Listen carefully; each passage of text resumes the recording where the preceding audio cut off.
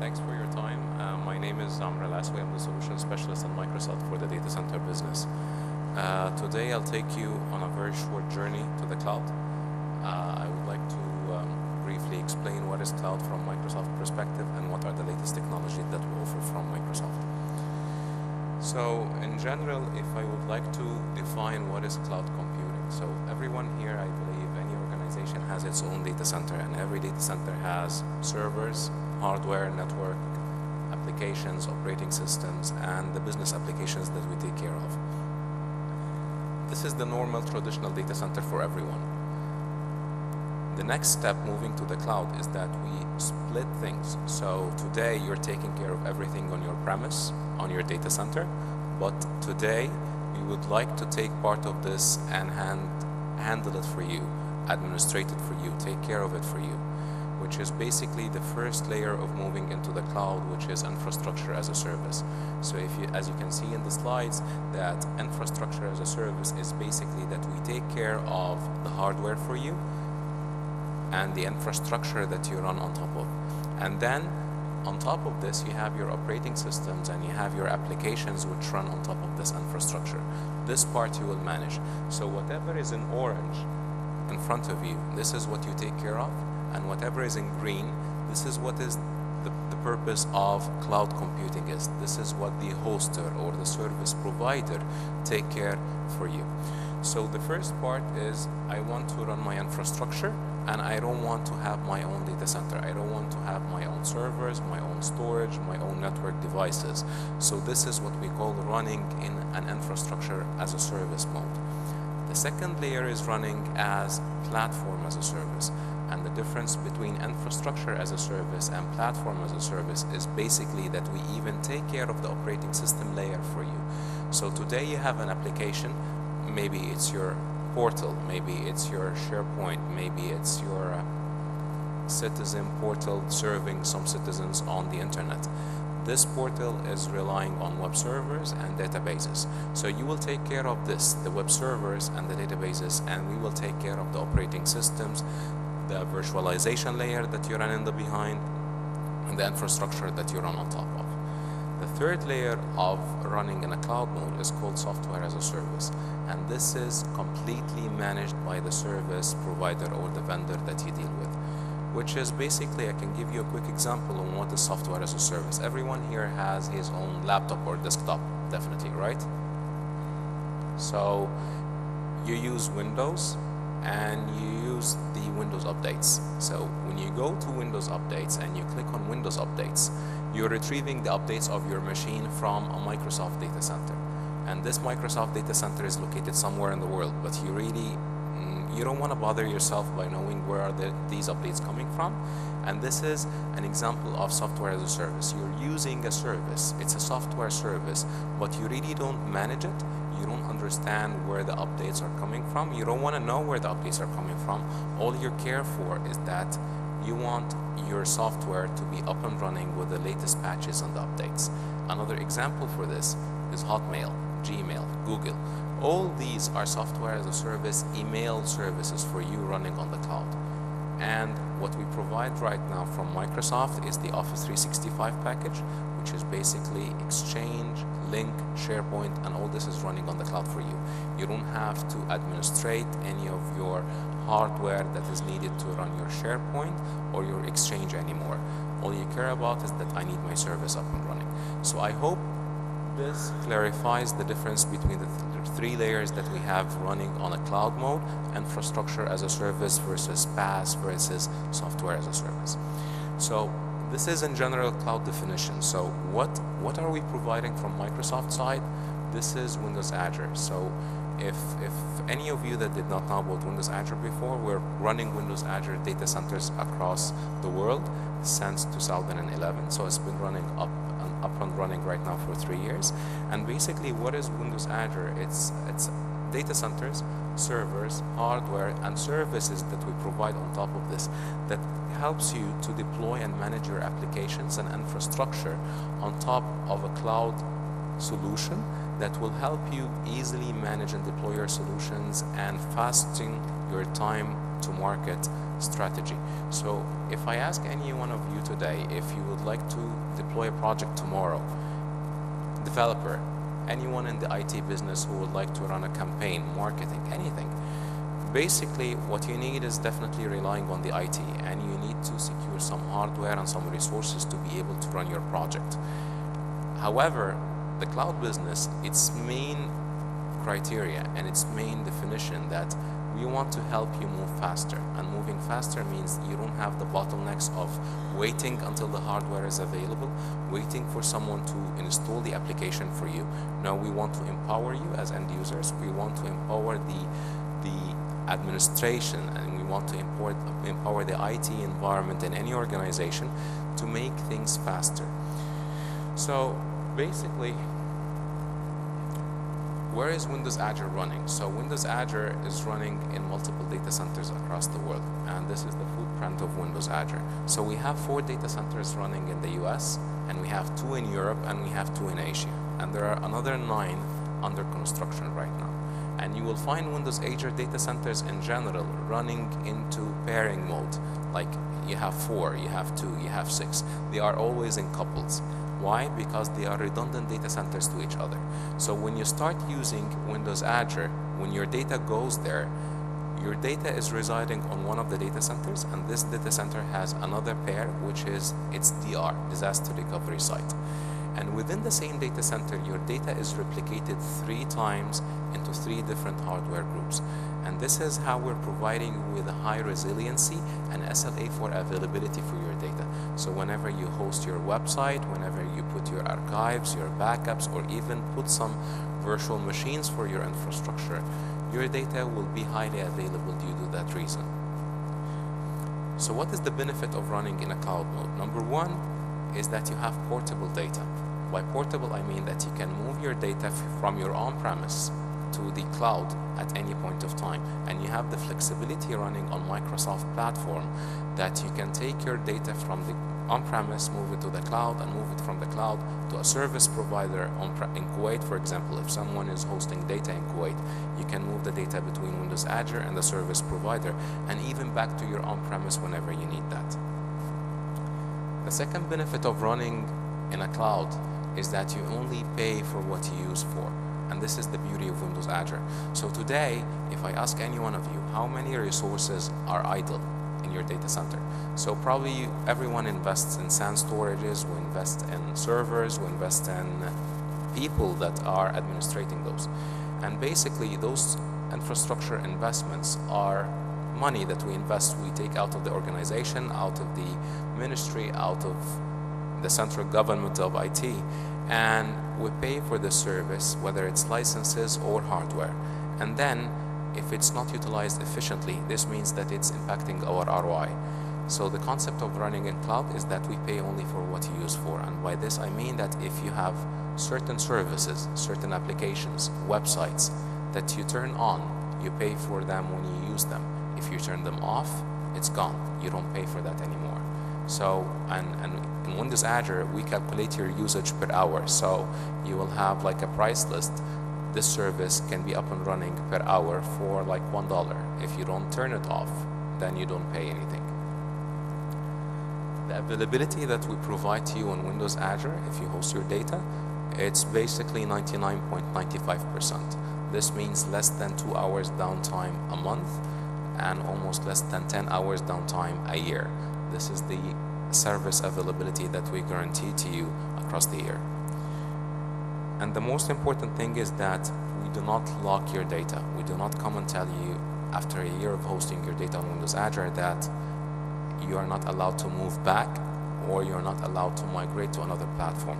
Definitely not. We even provide you with the tools to migrate between different platforms, and at the same time we give you the flexibility to use multi-technology. And I will show you this in a minute, that right now on Windows Azure you don't even run just Microsoft solutions only. No, so a couple of months back, Oracle and SAP, they announced that they support their platforms on top of Windows Azure. And this is just an indication how Microsoft is expanding our relationships to the customers, telling them that we are not locking you down to even Microsoft portfolio only. We're here to help you adopt the cloud business. Whatever solutions that you're running on cloud, we will really help you. And at the same time, it's not just about Microsoft operating systems anymore. On top of Windows Azure, you can run Microsoft operating systems, you can run multiple flavors of Linux on top of this as well. So if we look briefly about the services that we provide on top of Windows Azure as cloud services, they will span 3 different layers. The first one is the applications that you want to run on top of Windows Azure. So basically you have some websites that you want to run on top of Windows Azure. This is considered as an application service. Some of you might be developing like mobile apps to be available on the Android, on the iPhone, on Windows Phone. So those mobile apps as well, instead of hosting them on your data center, and you want to make them available for everyone on the market store on different platforms, you would like to host it in a better data center, better security, and better bandwidth available for everyone across the world. So we provide you with a platform that you can easily, for developers, develop your mobile applications for government entities, host them on the cloud, and it will be available for the end users and citizens across Kuwait to be able to use them. At the same time, we have a services called media services. So basically, media services gives you the capability to start streaming events. So such an event like this, we can have media services on Windows Azure with a camera and a laptop that is capable of streaming this event on the internet for everyone. So we were working with, for example, multiple entities to be able to provide streaming from events like GITEX, from TechEd, and even some conferences that happen in the US right now for the presidents and public announcements are streamed online through Windows Azure Media Services.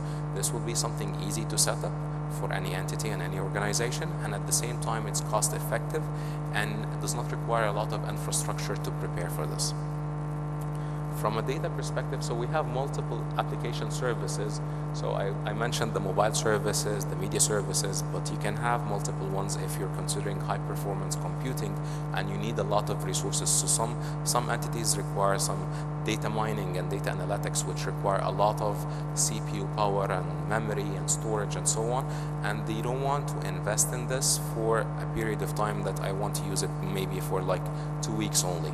So you can use such capabilities and such resources on top of Windows Azure.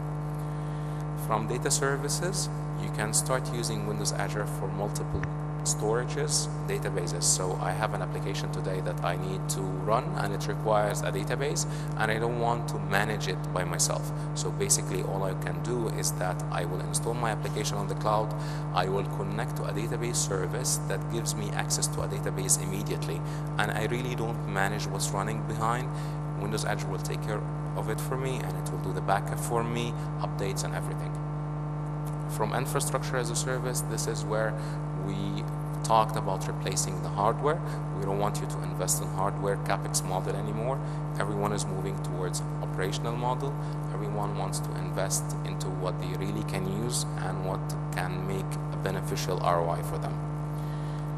So coming from this point, we did a basic analysis of a very simple solution, like we want to run a database running on SQL on-premise versus running on the cloud. So the cost saving that you can do between the different models on-premise and on cloud is what you can see. So basically it offers you a 53% of cost saving versus running it on-premise with the traditional model of hardware, storage and servers and so on. Another concept I would like to tap in quickly basically is the cloud integrated storage. So a lot of the entities that I meet do have storage that are relying in their data center and data that are being archived, which is actually not being used on frequently basis. Some even archives can be accessed whenever needed, and I know that we have some entities that have an archiving policy that can extend up to a couple of years, maybe 3 to 5 years. And this data is residing on your storage, which is a highly expensive storage. It's designed to operate as a tier 1 storage for high performance applications. So we thought of bringing you a more cost-efficient model of storage, which is cloud integrated storage. And with this, Microsoft right now, I'm not sure if you're aware of this, Microsoft has its own storage appliance. It's called Microsoft Store Simple. And this Store Simple is basically an appliance that comes with built-in storage, and at the same time it connects to the Windows Azure cloud storage. The benefit of this is that we provide you with a much cheaper cost of storage rather than spending your tier 1 storage arrays that you have on your premise to store archival data.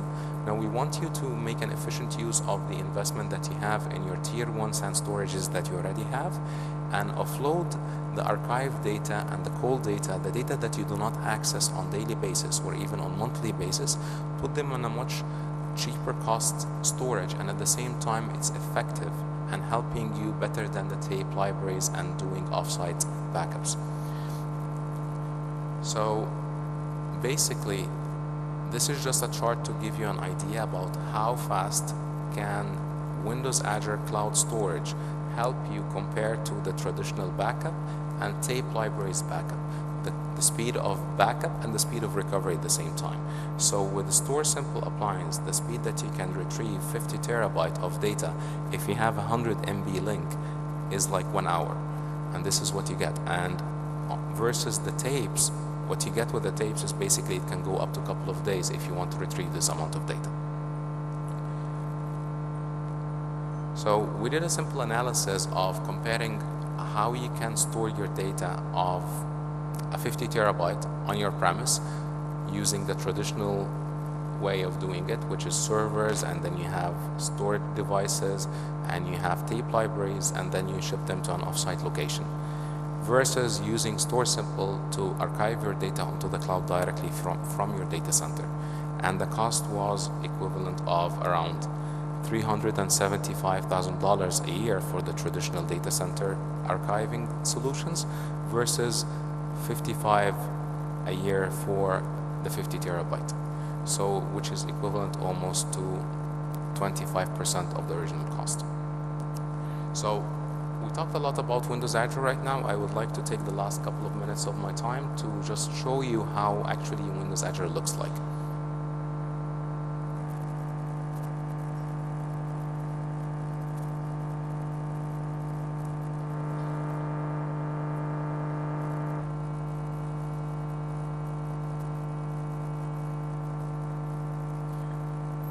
Okay, so what you really need to do is that Windows Azure is accessible through the internet website. Definitely this is not how it works when it's set up in your enterprise. We have it in a more private mode where your data center connects directly to Windows Azure through a VPN gateway. But for your trial, you can just go to windowsazure.com and you will have from there a trial account that you can set up. Just enter your name, details, and you will have a trial account set up for you worth of $150 to be spent during a month. So we talked about creating, for example, websites on Windows Azure. So I want to show you how easy it is to create a website right now. All I need to do is that I'll just click on websites, and I'll click on new, and I'll click on quick create, and I just want to create a website called eGov event, and I'll just click create. And this is basically creating a website. It's an empty website definitely, but I just want to show you how easy it is to create it. So once you have your website up and running, you can just click browse, and it will open for me this website across the internet, and it's telling me this website has been successfully created. It has nothing here yet, but you can start developing right away. And we're providing you with the tools to do it with Visual Studio Online. So this is number one. Number two, if you are a developer and you want to start creating some applications, you want to test something, you don't want to wait for the hardware to come after 2 months, you can just simply click new. I want to create a virtual machine, and create from gallery, and this will open for me immediately the number of images that we have as part of Windows Azure Gallery. and I can select the image that I want, and it will immediately create it for me within 2 minutes. So within 2 minutes, you can have a Windows machine up and running, or you can have a Windows machine with SQL, or you can have BizTalk, or not just BizTalk, you can have Oracle databases up and running, WebLogic servers, and what else? Yeah, Visual Studio, and Windows, Ubuntu, OpenSUSE Linux, OpenLogic, and not just running Oracle on Windows, by the way. So I have here a template that is running Oracle on Oracle Linux. So you can just simply click on this. I want to deploy Oracle machine, and I'll just go to the arrow at the bottom. The problem is with the resolution, so let me just go smaller. Yeah. So once you select the machine and then you click next, it will ask you to type in the name of the machine. So I'll just call it test2. And as you can see here, I can have a list of templates that I can select from, the size of my environment, where do I want to put it, and so on. So I can go up to 16 cores on a single machine with 122 of GB RAM. So this is the capacity that you can afford for a single machine within a button click. Once you click on this, you specify your username, you specify the password, and then you click next. I need to specify a password, so I'll just type in a quick password.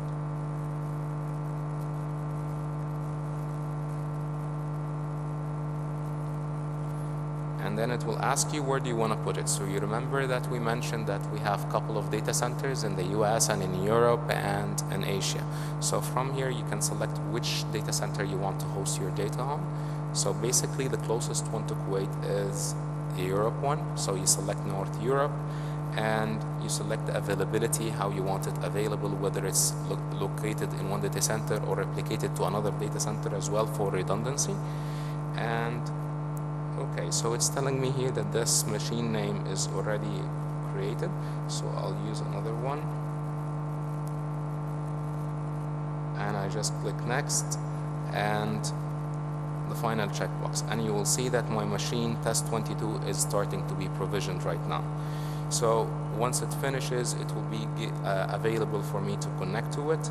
I just want to show you that I already have a machine up and running which is called SQL 2014, and I can simply open a remote desktop to this machine. So this is a machine that is already running in North Europe data center on Windows Azure, and as you can see, I can seamlessly browse within the server, install my applications, do my development, finish it, and then shut it down. I don't pay anything after this. Thank you for your time. I hope it was useful, and I hope you like what you see. I'll leave my contacts here, and definitely you can reach out to me anytime that you want, and looking forward to seeing you starting to adopt Windows Azure and moving to the cloud journey. Thank you so much.